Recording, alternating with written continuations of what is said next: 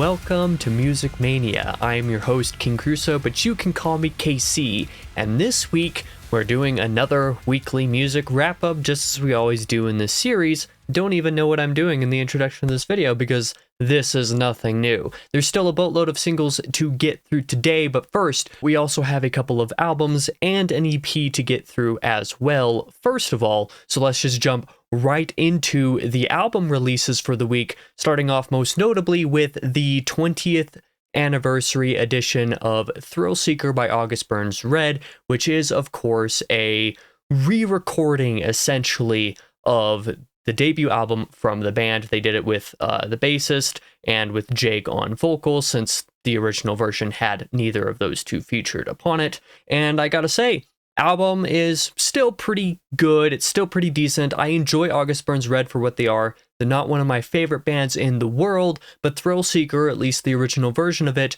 was always my least favorite album. It was the one that I found to be the weakest. Interestingly enough, I found in this re-listen of the full album, Barbarian was actually surprisingly standout, not least because it actually features vocals from Josh McManus, who recorded the vocals for the original version of the album in full, but there were some moments on the album that caught me by surprise, including the, bonus track, which was a surprising inclusion at the end. I didn't realize it was even there until after the seventh trumpet finished playing at the end of my listen, but I basically determined that, I need to go through and actually listen to August Burns Red, the discography in full again at some point here in the not too distant future, because, well, when it comes right down to it, it's been too many years since I've really listened to these guys in full, aside from their most recent album release, Death Below, was that 2022, the year that came out? It might have been 2023. I forget off the top of my head. But before that album, I think the last time I went through these guys' discography to any depth was in 2020. So it's been a little bit. I'd say this re-recording of Thrill Seeker was good. I enjoyed Jake's vocals more than Josh's vocals, so that, of course, really helps things a lot. But the general songwriting and everything on the album is still just decent, the way that August Burns Red kind of tends to be, and I forget exactly what day I listened to this. I'll have to edit that a little bit later, and I'll say I recommend Thrill Seeker 20th anniversary with that dichotomy. There you go. Review the album. Next up is going to be an album that I actually wasn't aware was going to be dropping soon. This is from a band called Dream Elixir Anthology, which I'm assuming is called Anthology because most of, if not all 7 of these songs were previously released as singles over the past year or something like that, and I've enjoyed these guys' tracks. I think most of these singles, when I listened to them, I listened to them more in the instrumental version than with the versions with vocals, which of course this album is grouping up the versions with vocals, but I had a good time. I think that this is basically a solid effort showcasing the kind of interesting elements that you can do, mixing certain metalcore styles with certain deathcore styles, and just a lot of musicality in a couple songs, especially is that Malveri's Lullaby or something like that. Dear Reaper are both really great songs that showcase the diversity of the songwriting. Heavenbreaker, as a long song at the end, also has some pretty interesting elements in there as well. It isn't the greatest album in the world, but it is definitely solid. I did listen to this today, and I will say I do recommend Anthology. It's a good album. Next up is the EP section with the one EP release that I want to talk about this week. This is by Skylimit, which I'm guessing based off of, I've heard that this is based on Music Mansion stuff. Yeah, Musician Mansion stuff. I haven't followed Musician Mansion, generally speaking, up to this point at all, but I'm aware of who half these people involved with the project are, such as Lauren Babick and Andrew Baina.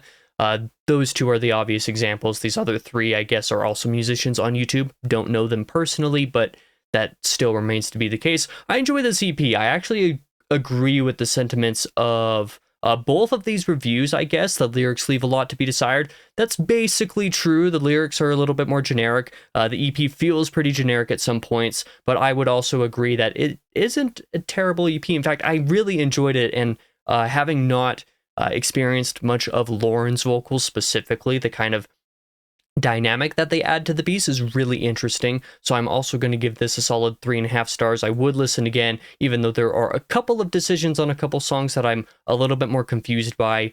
Tears Like Rain specifically is an example of a song that has like a certain like a dissonance with one particular word note in the chorus that actually kind of bothers me. But a lot of the songwriting is interesting enough to be unique. And like I said, Lauren's vocals over top are all unique, even if the lyrics are kind of generic. So I also recommend Skylimit Review EP. Cool. That is it for EPs. Now we're going to move into a solid amount of singles. I forget exactly how many there are to talk about this week, so let's just jump right into them.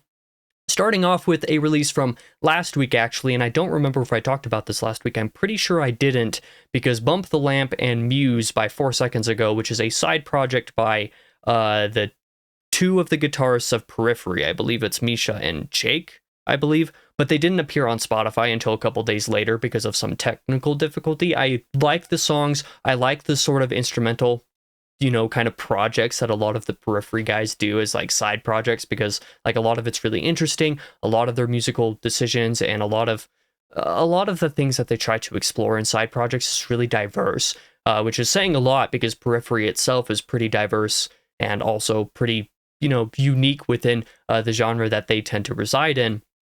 I like the singles. I don't like necessarily love them, but I'm excited to basically listen to more, hear more from these guys, and have more instrumental music to be able to write to, because this is definitely a vibe 4 Seconds Ago, just based off of these two songs. I haven't listened to whatever they released prior, but these two songs was a vibe that I'm like, that would be great writing music for sure. Next up is Midnight Messiah, the newest single by Dream Theater, which I think is probably the weakest one of the three. There's some interesting elements here, but it's kind of the most generic, it's the most simple. The kind of a shift between like tempo and pace, moving into the chorus and stuff each time that occurs, isn't necessarily my thing. Like I said, it's not terrible. I don't hate the song. But I think it's probably my least favorite of the three singles so far, but I'm also not super into Dream Theater as a rule, so like don't really take that, you know, too seriously. Next up is Medicate Me by a group called Phase Shift, but it features If I Were You, which is where it came onto my radar.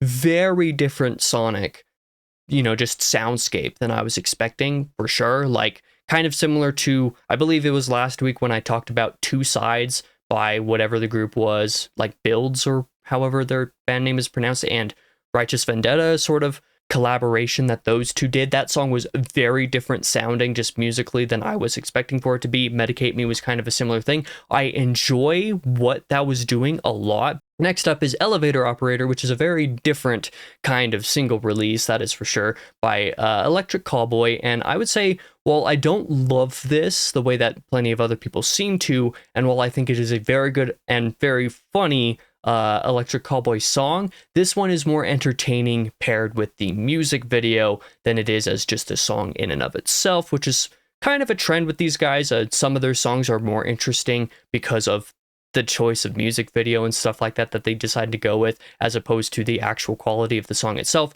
Good song, really enjoy it. Like, I'm not going to discount that at all, but it's also more interesting as a music video, and just listening to the song, I wasn't like as into it as I was when I was watching the video. Next up is a pretty heavily anticipated single and kind of collaboration since they teased it. Invent Animate and Silent Planet have collaborated on this song, Return to One, and I believe they have a whole EP coming. I like Invent Animate. I don't love them, and I don't particularly like Silent Planet. This is one of my like major shame-worthy takes when it comes to metalcore, is like Silent Planet often doesn't work for me. I don't know why I don't really enjoy a lot of their stuff a lot of the time. But this collaboration was good. It was decent. You know, it's fine. Like, I don't want to alienate people by saying that, like, I don't like it, because that's not true. I did like it, but it wasn't, like, the most interesting song in the world. I don't think it's as good as, like, the entirety of Heavener by Invent Animate was. It definitely wasn't as good as The Sun Sleeps As If It Never Was. Either of those two songs outshine this one by a lot, but I also don't love either Invent Animate or Silent Planet. I'm kind of hit or miss with both bands, so kind of no surprise that this isn't particularly standout, but we'll see what happens when the whole EP comes out. Next up was a new single by Landmarks, A Line in the Dust, which is the least memorable single of these two, I guess, because Sulfur and Somber 16 are kind of like back-to-back and very different, but like, I don't know how to count them, but like between like Sulfur and Creature, I think Sulfur is my favorite. A Line in the Dust is just the least memorable, my least favorite of these three. Not a bad song, but it is like easily the least memorable song on here. I'm still excited for the album, but like there's nothing super particularly standout about A Line in the Dust, in my opinion. Next up is Killswitch Engage's new song, I Believe, which suffers kind of a similar problem, in my opinion, as the last couple of singles that I've talked about, just being good, decent songs, but nothing standout. I feel like the clean vocal decisions from Jesse on this song, at least, are a little bit more interesting than I were expecting them to be, but the song itself is just fine, basically, is how I sit on it. Excited to hear what the next album sounds like overall, but nothing to stand out for me as far as I Believe is concerned. Dying Light by Chugaboom, however, was a very fun single, and I would say probably better than just about anything on the album that they just released like a couple of months ago, which is interesting. Very fun, interesting song, diverse, has some interesting vocal decisions that these guys don't always tend to go into, but I like the song quite a bit for what it is. Next up is a very surprising song for me to be talking about. That is Boy What, who does, let's just say basically everything he's done up to this point has been musical, like SpongeBob based stuff using vocal filters. I think partially AI influenced, which I don't love, but vocal filters essentially to make his voice sound like different SpongeBob characters. So some of the early songs were a little bit more poppy, included SpongeBob, a little bit of Patrick on one song, some Sandy on one song as well, which I like those songs for what they are, but the ones that this guy blew up on, particularly, I think, were more the metal-focused ones, the metal core and focused ones, which have Plankton as the voice. And Let Me Crawl is actually a really, really good song. I unironically like all these songs with Plankton as the major vocal strong suit. Really enjoyed the musicality of Let Me Crawl. Very diverse, very interesting. Surprised me at a couple different points. I was like, wait a minute, what is going on here? The breakdown, surprisingly enough, I really like breakdowns in songs, but the breakdown in this one is less memorable. It's probably the least memorable of like Plan Z, Neon Tide, and this one. Between those three songs, it has the least memorable breakdown for sure. But even so, like, I think it's just a strong and very interesting track. Like, whoever this guy is that does these songs knows how to write music. Like, he understands the structure of it, is able to make something really interesting, regardless of how you feel about using the sort of vocal filters that he does to sound like Plankton on these songs, for example. But next up is going to be kind of shifting from singles into my listens as well, because not only did Barry Tomorrow release a single called Let Go, I went through and actually listened to the previous two singles, which I had not listened to up to this point, forgetting to basically keep them on my radar for the last couple of years since they announced the departure of the previous clean vocalist a couple years back after the 2020 album, which I didn't love. But then I realized recently, I was like, wait a minute, Barry Tomorrow is a band that still exists. Why did I unfollow their Spotify when the clean vocals were kind of my least favorite aspect of the band prior to his departure in the first place? So I was like, okay, well, let's go back. I still need to listen to the last album that they released because I never listened to that one for whatever reason. But this single was great. I would say like very standout.